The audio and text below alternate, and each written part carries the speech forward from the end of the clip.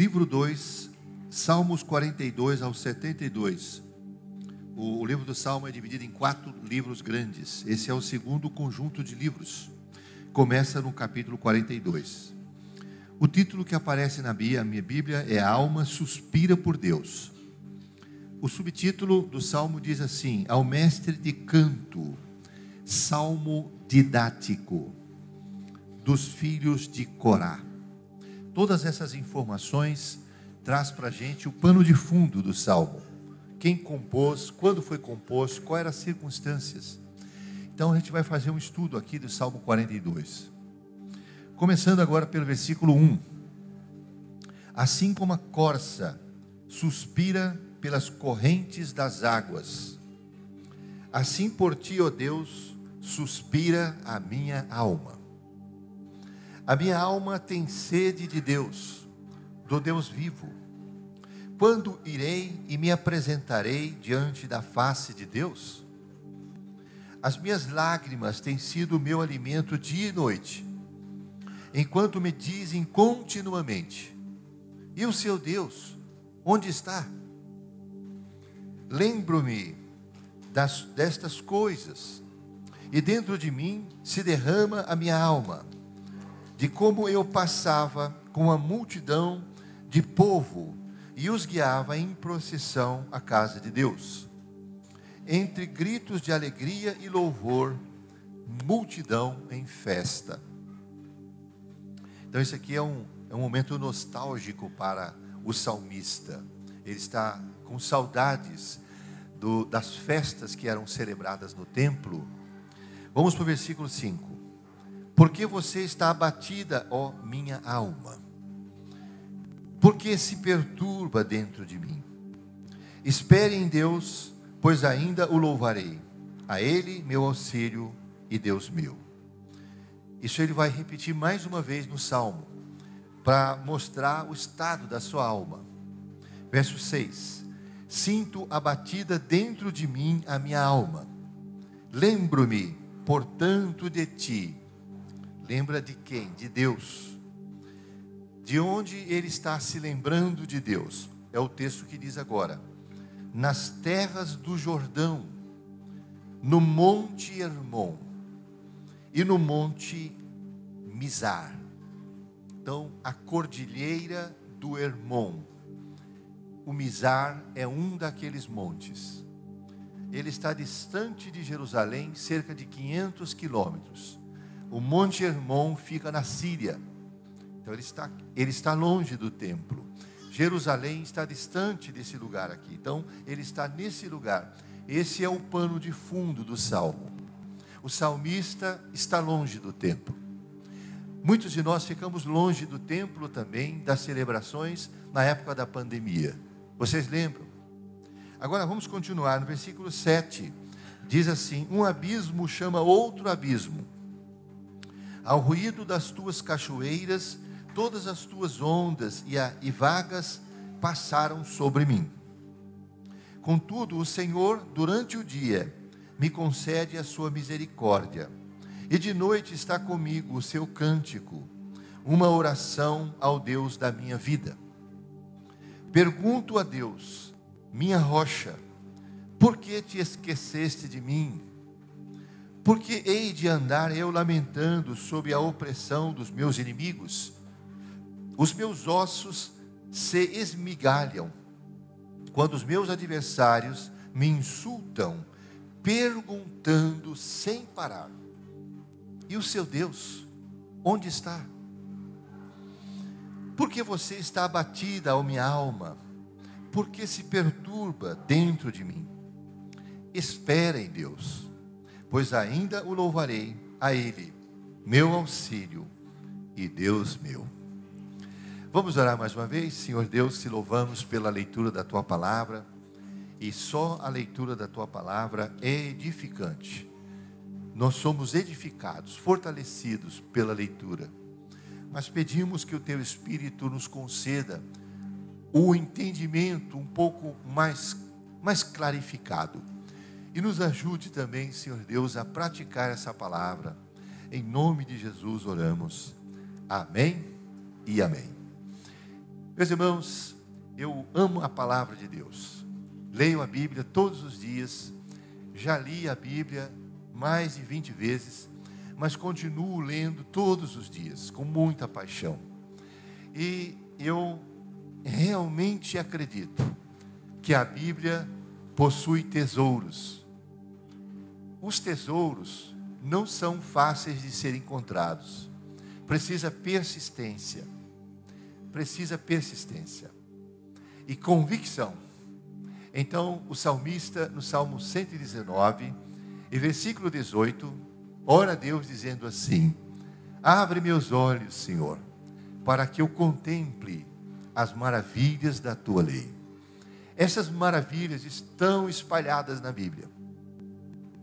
Bem, por que eu estou dizendo isso aos irmãos? Porque Deus despertou no meu coração o desejo de estudar todos os salmos didáticos.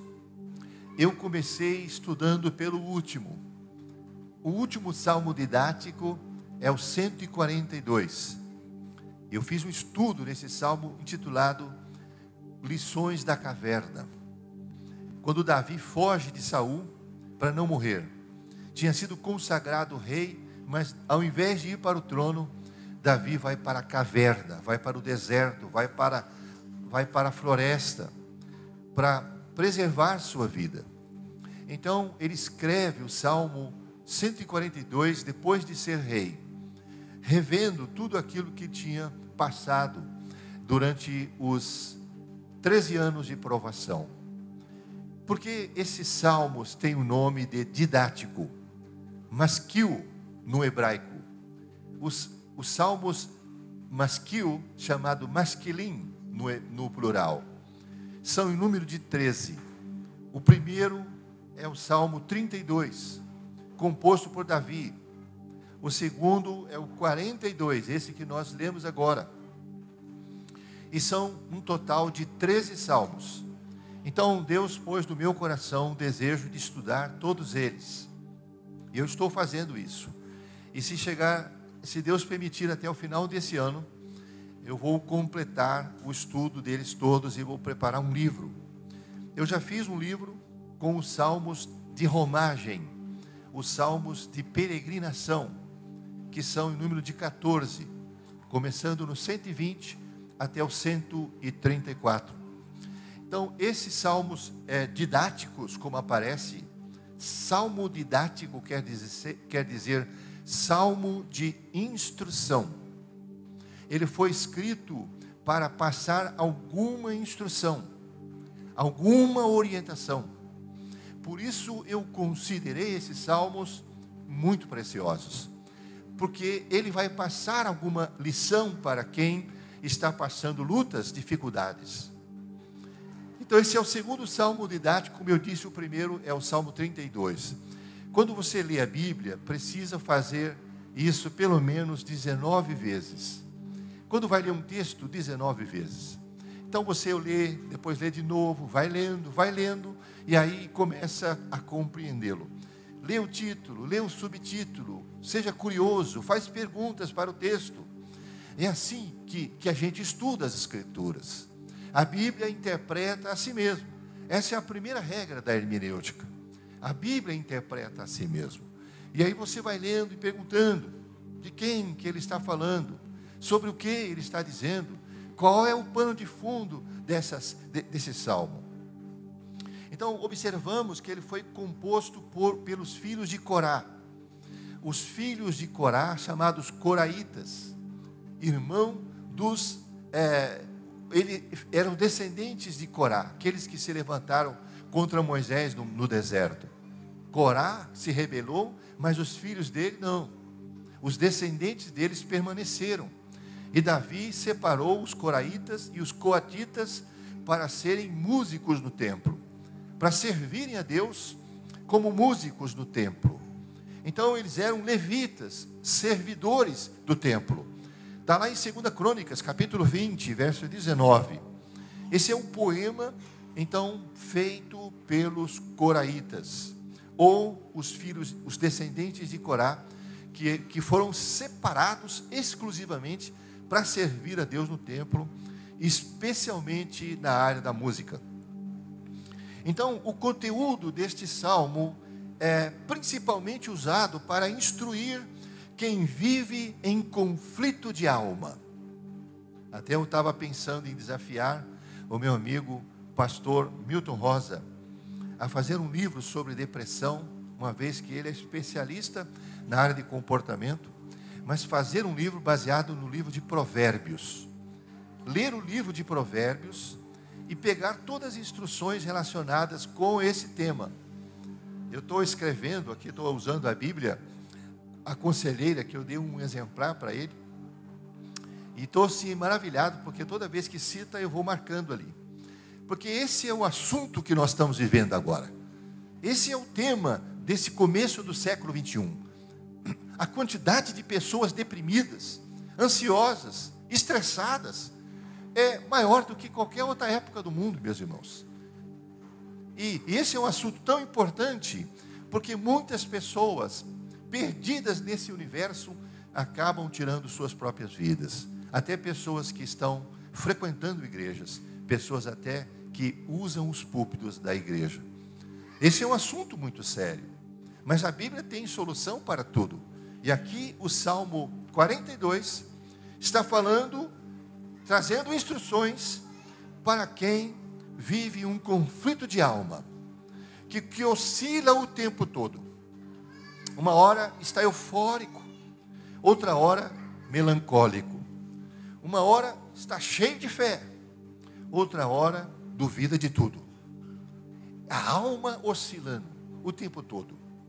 Mas quem nunca experimentou um momento assim na vida? Quem nunca teve os seus altos e baixos?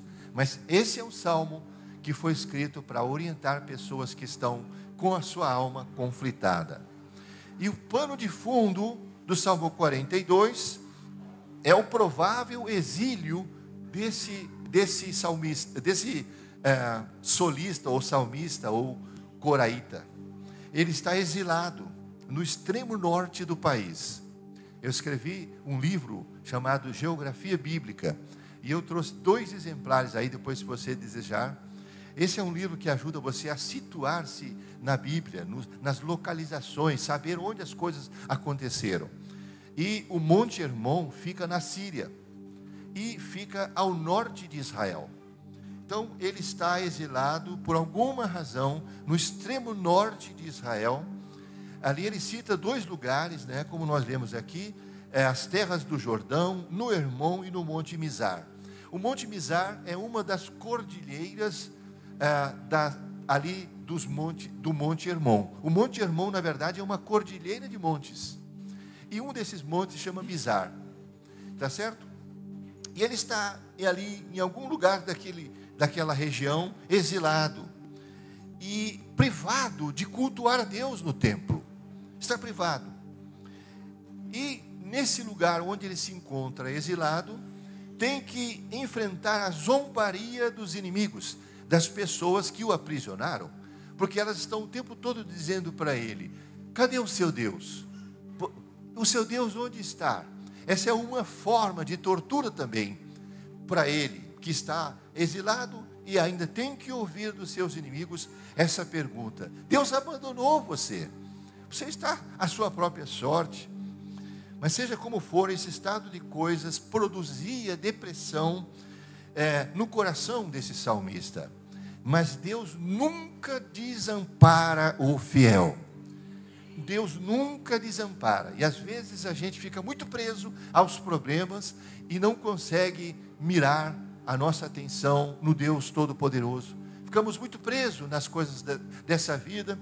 E, meus irmãos, Deus nunca desampara e sempre aponta uma saída para a sua dor.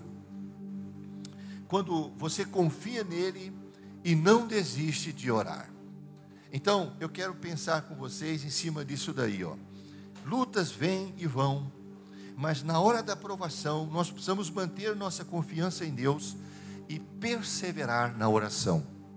Essa é a única igreja que eu conheço que começa a fazer a campanha de oração dos 12 dias em fevereiro. Mas também é a única que vai orar pelo mês de janeiro de 2024. porque 2023 já foi. Então a gente vai orar pelo 2024. Vamos entrar 2024. Amém? Porque nós não estamos atrasados nem adiantados. Deus tem seus propósitos. Então vamos começar dia 1º? Vamos começar dia 1º. Então vamos incluir janeiro do ano que vem. Amém ou não amém? Eu estava ali sentado e falei, que maravilha. É verdade. A única igreja que vai orar pelo ano que nem chegou ainda. É o primeiro mês do ano de 2024. Existem igrejas que fazem essa campanha antes, no mês de dezembro. Então, está tudo certo, irmãos. O que nós precisamos fazer é orar, é buscar o nosso Deus, porque o nosso Deus está lá no futuro. Amém ou não amém? Ele quer levar eu e você naquele lugar que Ele planejou para mim e para você. Vamos pensar então em 3 pontos nesse salmo.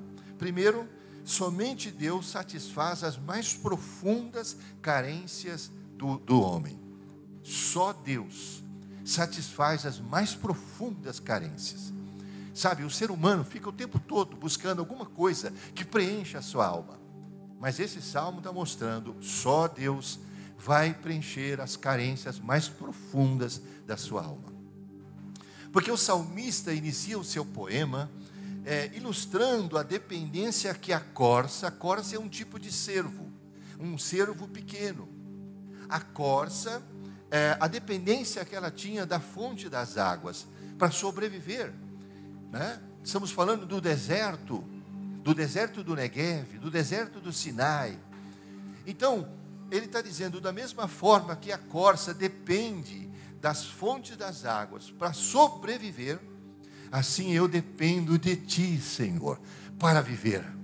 Está enfatizando com isso a carência que ele tem de Deus, a dependência total. Então ele diz, assim como a corça suspira pelas correntes das águas, assim por Ti, ó Deus, suspira a minha alma. Note que ele diz, suspira. Você sabe o significado dessa palavra? Suspira quer dizer anseia, anela, deseja por Deus. Num tempo em que muitos desejam fama, muitos desejam riqueza, alegrias efêmeras, prazeres da carne, o salmista busca aprofundar o seu relacionamento com Deus.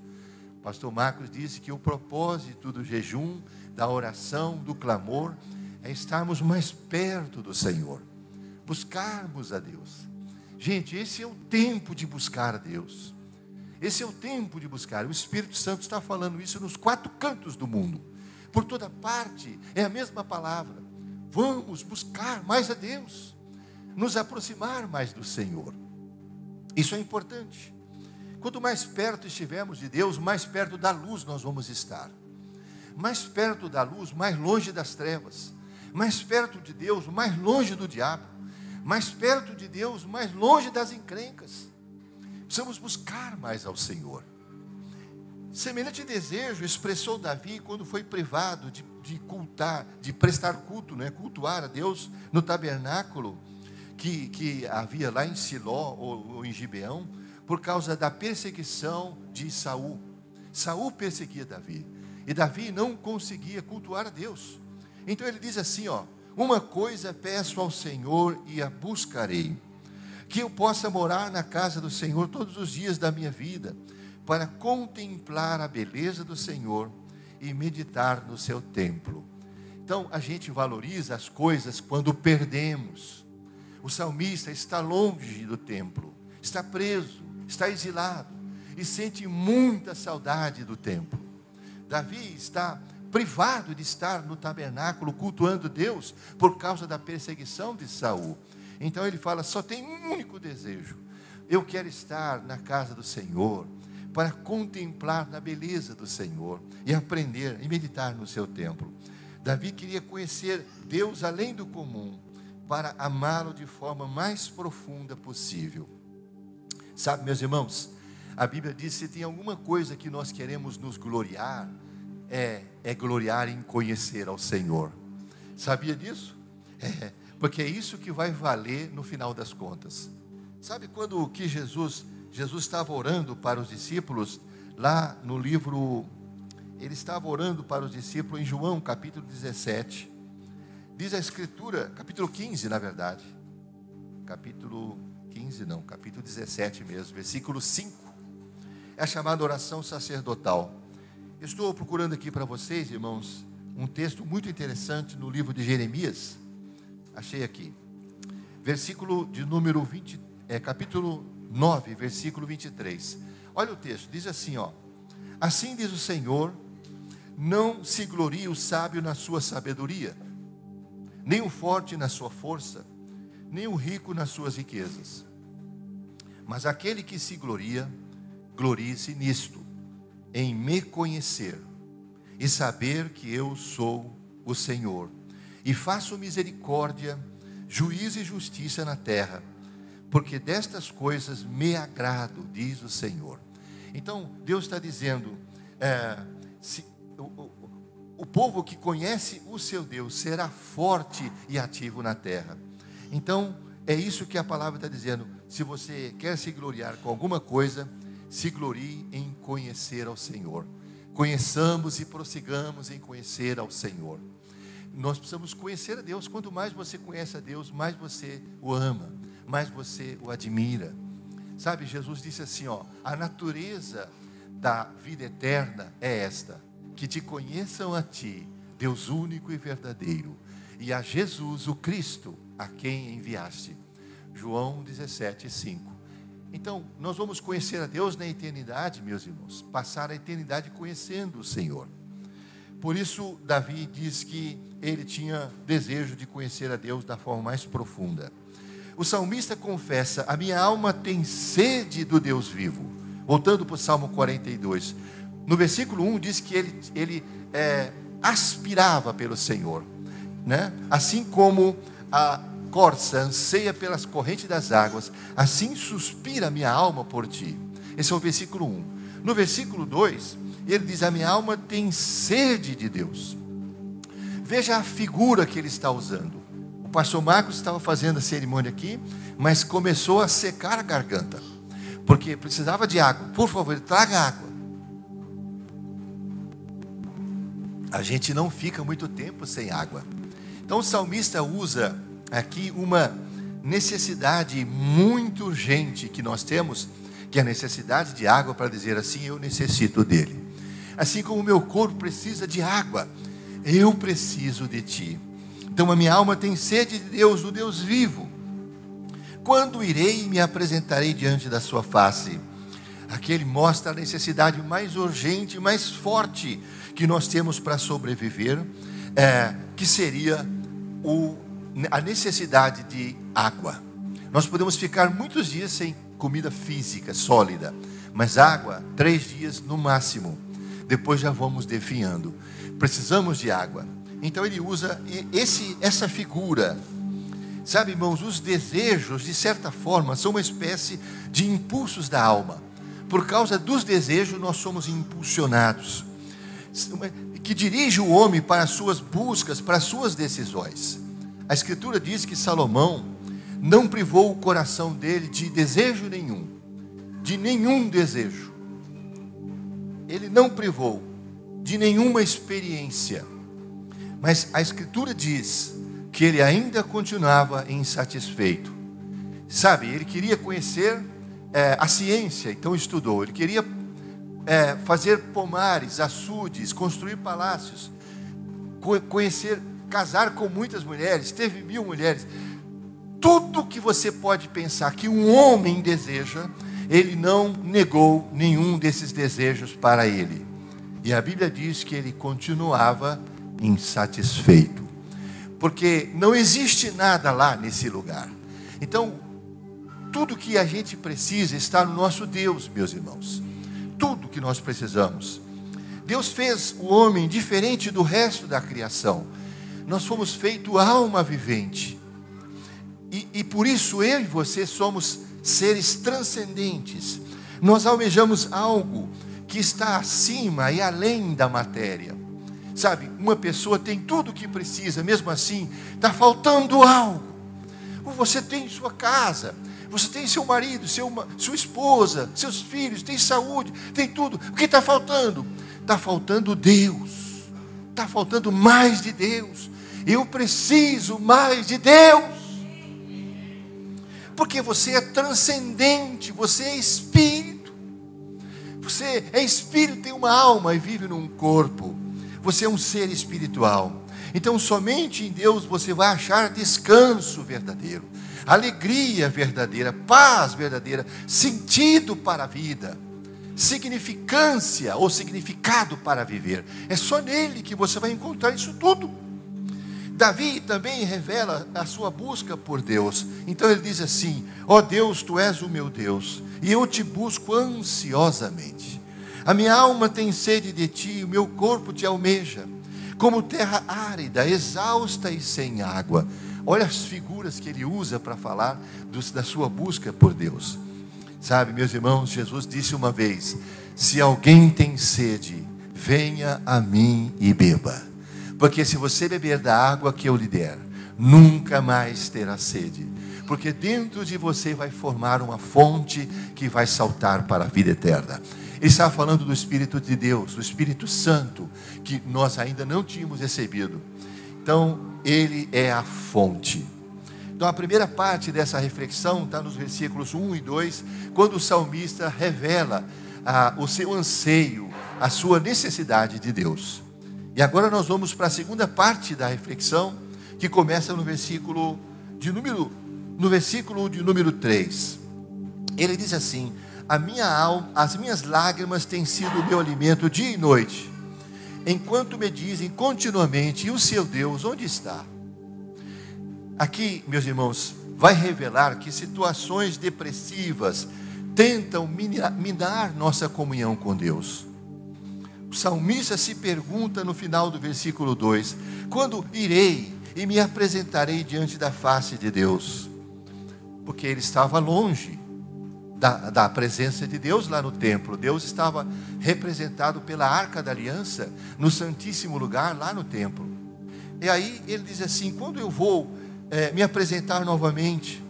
Então isso quer dizer que ele estava distante e não podia mais participar das celebrações que se faziam naquele lugar. Talvez esse fosse o motivo principal da sua tristeza, além também dos insultos que sofria dos inimigos que ficavam o tempo todo dizendo para ele: e o seu Deus onde está? Isso aparece aqui no versículo 3 e no versículo 10. Seja como for, situações ruins geram tristeza, e essas tristezas testam a nossa fé, a nossa devoção, a nossa comunhão com Deus. Sabe, irmãos, Jesus nunca escondeu isso dos discípulos. No finalzinho da sua reunião com eles, em João capítulo 16, quando ele se despede dos discípulos antes de encarar a cruz, ele fala assim: todas essas coisas eu disse a vocês, para que em mim vocês tenham paz. No mundo passais aflições, mas tenham bom ânimo, eu venci o mundo. Essas são palavras de despedida, são as últimas palavras. Depois, no capítulo 17 de João, ele começa a oração sacerdotal, intercessora. No 18 ele vai para o Getsêmani, no 19 ele é aprisionado, no 20 ele é morto, crucificado e morto, no 21 ele ressuscita. Então, meus amados, olha que coisa interessante isso aí, ó. Sabe, nós passamos dificuldade e lutas nessa vida. Jesus disse: no mundo passais. Não quer dizer que vai ficar na tribulação, vai passar. Tudo passa nessa vida. Mas às vezes, quando nós estamos passando lutas, e aí a nossa fé em Deus é testada. O poeta reconhece algum grau de depressão quando ele questiona para si mesmo: por que você está abatida, ó minha alma? Observe, ele está fazendo um autodiálogo, né? Ele falando consigo mesmo: por que você está abatida, ó minha alma? Por que você se perturba dentro de mim? Às vezes isso acontece comigo, acontece com você também. Está tudo bem, mesmo assim está aquela melancolia, está aquela coisa estranha, aquela tristeza. Então ele fala consigo mesmo, ele repete isso no versículo 11. Então esse estado depressivo só é vencido inteiramente em Deus, Por isso o salmista completa o seu diálogo dizendo assim, espera em Deus, pois ainda o louvarei. A Ele meu auxílio e Deus meu. Ele é o seu auxílio, Ele é a sua ajuda. E você vai passar essa noite, porque o choro dura uma noite, mas a alegria vem pela manhã. Diga: com Jesus sempre há esperança. Isso é verdade. Então, meus irmãos, a gente passa lutas, tribulações, mas não vamos ficar nelas. Daqui a pouco vai passar tudo, vai passar. Os sinais da depressão são bem claros na vida do salmista. Primeiro, as minhas lágrimas têm sido o meu alimento dia e noite. Está no versículo 3. Olha um exemplo. Pessoas deprimidas choram o tempo todo. Choro contínuo, perda de apetite. Segundo, lembro-me da casa de Deus. Então ele era consumido pelas saudades do culto ao Senhor. É uma nostalgia. Isso também faz parte da vida deprimida.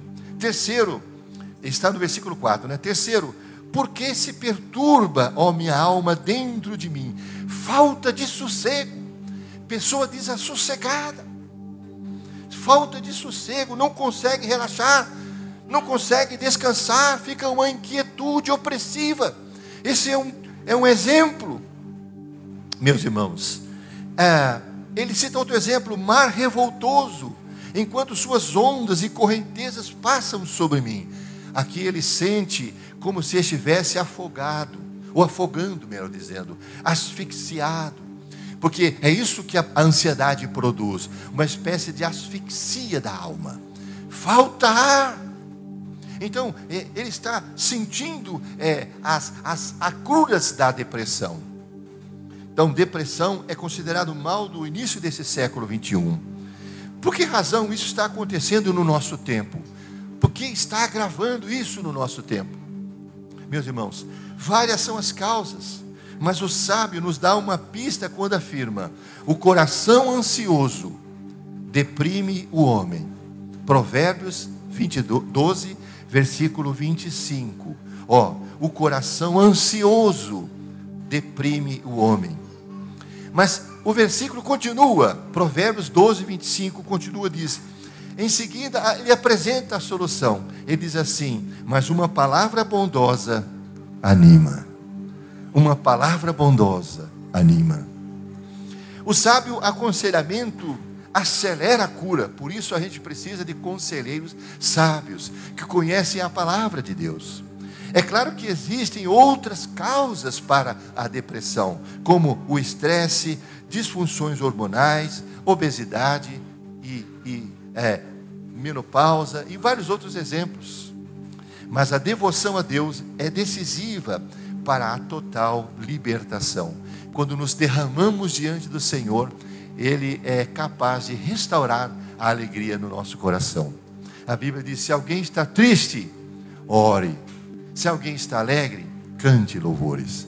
Então, é na oração que o Senhor restaura a alegria. Meus irmãos, e eu vou agora finalizar a reflexão dessa noite dizendo assim: Deus é o nosso auxílio, devemos buscá-lo com confiança.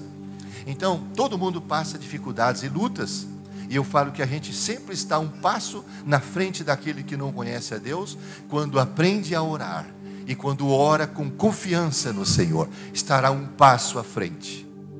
Apesar de reconhecer seu estado debilitado, abatido, o salmista consegue focar a sua atenção naquilo que vai trazer a solução. E que de fato poderia tirar a sua alma da depressão. Porque apesar de estar triste, diga, ele não estava desesperado. Eu não sei se vocês lembram quando eles começaram a cantar aqui, qual foi a primeira canção? A primeira canção fala: estamos abatidos, mas não estamos destruídos. Então, a primeira canção foi a confirmação do sermão de hoje. Eu não sei quantos de vocês estão passando luta, mas o salmista sabe, ele estava triste, mas não estava desesperado. Estava triste, mas não estava sem fé. A fé estava intacta. porque ele sabia que aquilo era uma situação sazonal, passageira. Logo, as coisas iam mudar, porque quem tem Jesus tem esperança. Tem esperança. O jogo vai virar em nome de Jesus.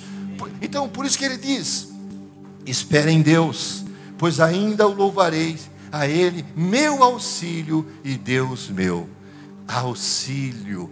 Olha que palavra, Ele é o teu socorro, bem presente na hora da tribulação, bem presente, bem presente. Engraçado, o salmista fala isso no Salmo 46. No Salmo 46 diz que o Senhor é o meu socorro bem presente na hora da tribulação. Então, meus irmãos, de fato, quando nós tiramos a atenção dos problemas e focamos na solução, a gente começa a ver a saída. Quem é a solução? Deus. A solução é Cristo. A Bíblia diz: olhando firmemente para Jesus, o autor e consumador da fé. Olhando firmemente, não é para as distrações que está à sua volta.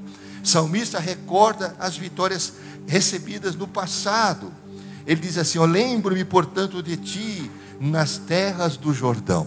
De ti é quem? Deus. Lembro de Deus, das vitórias que o Senhor trouxe sobre Israel. Como o Senhor tirou o povo de Israel do Egito e atravessou o Mar Vermelho a pés enxutos. Ele começa a recordar. Então, a lembrança do que Deus fez em outras ocasiões difíceis restaura e anima nossa fé, para nós continuarmos crendo e orando sem cessar. Sabe, para os israelitas do tempo de Samuel, na hora da crise, Deus precisava estar sempre na memória deles como Ebenezer. Ebenezer significa pedra de ajuda, pedra de socorro. Até aqui nos ajudou o Senhor. Até aqui quer dizer que a história não acabou, ainda tem história para continuar. E o mesmo que ajudou ontem, que ajuda hoje, vai ajudar amanhã. Amém? Se você acredita, dá uma salva de palmas bem forte para Ele.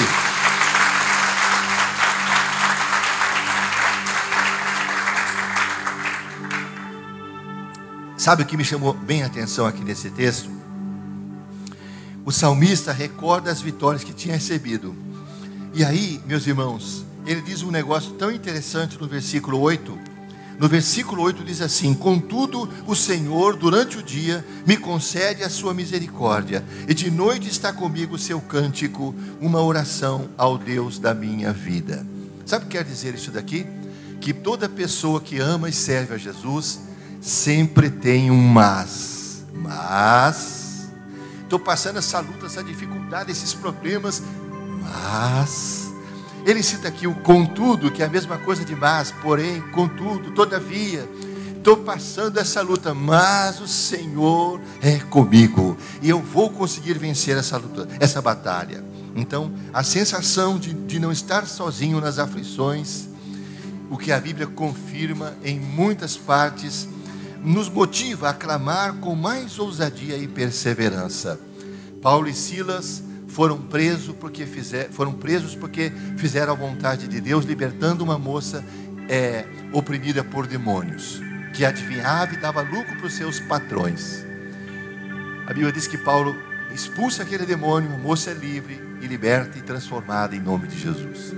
Mas por causa disso ele foi preso, porque acabou o lucro daqueles homens. E aí lá na cadeia, depois de apanhar e estar preso, eles sabiam do poder do louvor, do poder da oração. Então lá eles começaram a cantar uma canção. E já era quase meia-noite. E aí eu posso ver Paulo falando para Silas: vamos cantar aquele corinho? Qual corinho? Eu tenho um amigo que me ama, me ama, me ama. Eu tenho um amigo que me ama, seu nome é Jesus. Jesus, Jesus, seu nome é Jesus.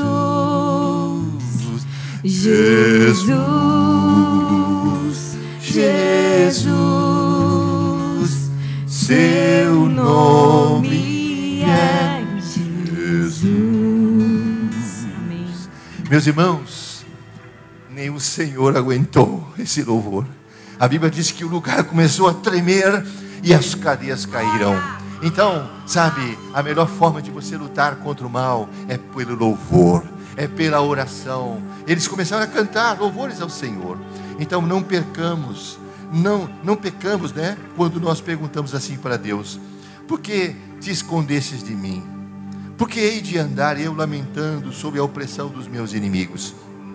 A gente não peca quando a gente lamenta as situações. Na verdade, esses questionamentos fazem parte do nosso clamor ao Senhor. Sabe, irmãos, a depressão pode prejudicar nossa visão espiritual, como ocorreu com Jonas, lá no capítulo 4, versículo 9. Mas isso não quer dizer que Deus perdeu o controle das coisas, nem que se esqueceu de nós. Alguém disse sabiamente: nunca duvide na escuridão daquilo que Deus te disse na luz. Nunca duvide na escuridão daquilo que Deus te disse na luz. E é nessas horas que a nossa fé triunfa sobre a dor. Então eu concluo essa palavra dizendo o seguinte para vocês: como o Salmo 42 é um salmo masquil, é um salmo de instrução, eu aprendi duas lições aqui nesse salmo. A primeira lição: buscar somente em Deus a plena satisfação da alma. É somente nele que você vai se satisfazer plenamente. Segundo, precisamos enfrentar períodos depressivos, confiantes em Deus, sem nunca esmorecer da oração.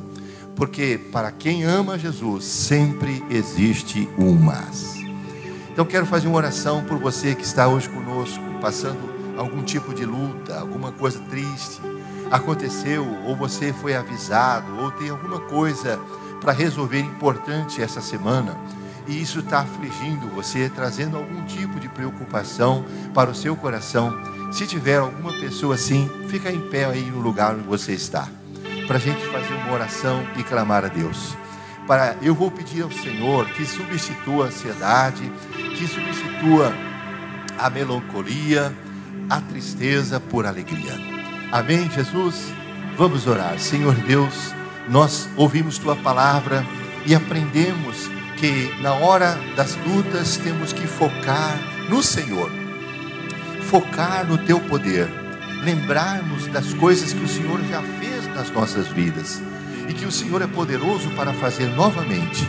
Então quero orar por esse irmão, por essa irmã que ficou de pé e por alguma razão, alguma coisa tem trazido tristeza, tem trazido, Senhor Deus, algum tipo de lembranças ruins. Mas eu quero pedir que o Senhor coloque no coração desse teu filho a alegria, porque a tua palavra diz que a alegria do Senhor é a nossa força. Oh Senhor, eu quero pedir para esse irmão, para que ele entenda que as lutas e dificuldades são passageiras e logo tudo vai mudar, porque a tristeza, o choro dura uma noite, mas pela manhã vem a alegria. Traz, Senhor Deus, o amanhã para o teu filho que está em pé. Traz o amanhã, Senhor, quando vai surgir o sol, quando vai surgir vai trazer a claridade, o esclarecimento, vai trazer a direção. E eu oro por ele que está em pé, por ela que está de pé. Que seja assim na vida deles, que eles possam enxergar uma luz no fim do túnel, que o Senhor restaure a alegria novamente no coração do teu filho, da tua filha, em nome de Jesus. Diga amém. E as palmas para Jesus.